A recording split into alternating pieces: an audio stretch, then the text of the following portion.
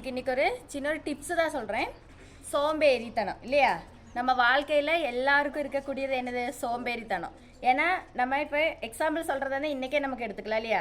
5 நாள் நம்ம ஸ்கூலுக்கு வந்தோம், 6ஆமத்த நாள் எதுக்கடா போகணும், காலையில் நேரத்தை இன்றைக்குமா நேரத்தை எந்திரிக்கணுங்கிற ஒரு சோம்பேறித்தனம் இருக்கு இல்லையா?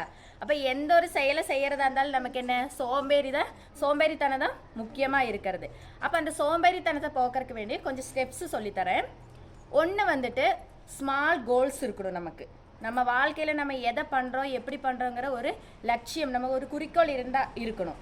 ரெண்டாமத்தது வந்து அது பர்சனல் கோலாக மாற்றி எடுக்கணும். அது நமக்கு வேண்டியுள்ள குறிக்கோள்னு சொல்லி நம்ம என்ன செய்யணும்? மாற்றி எடுக்கணும். மூணாவது கோ டு பிளேஸ். நம்ம போகக்கூடிய இடத்த வந்து நம்ம முன்னாடியே தீர்மானித்து அந்த இடத்துல போய் நம்ம உட்காரணும். அது அந்த செயலை நம்ம செய்கிறோமோ இல்லையோ, ஆனால் அந்த இடத்துல போய் நம்ம என்ன செய்யணும்? உட்காரணும். 4 வந்துட்டு ஆர்கனைஸ் லைஃப். அதாவது நம்ம வாழ்க்கையில் ஒரு அமைப்பு இருக்கணும். அதில் நல்ல விஷயமா இருந்தாலும் கெட்ட விஷயமா இருந்தாலும் அதுக்குன்னு ஒரு ஸ்ட்ரக்சர் இருக்கணும். அந்த ஒரு இலக்கை நோக்கி நம்ம போகணும். 5ஆமத்தது வந்து நெவர் எவர். அதாவது நம்ம செய்யக்கூடிய செயலை என்னால் செய்ய முடியாது, நான் பண்ண மாட்டேன், எனக்கு முடியாதுங்கிற ஒரு தாட்டு நமக்கு இருக்கக்கூடாது.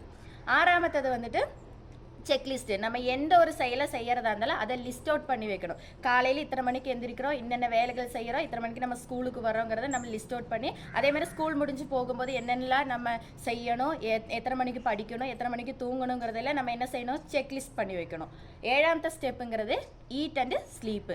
அதாவது நம்ம உடலுக்கு வந்துட்டு எனர்ஜியும் தேவை, அது மாதிரியே ரெஸ்ட்டும் தேவை. அதுக்கு தேவையான தூக்கமும் அதுக்கு தேவையான நம்ம ஃபுட்டும் நம்ம சாப்பிடணும்.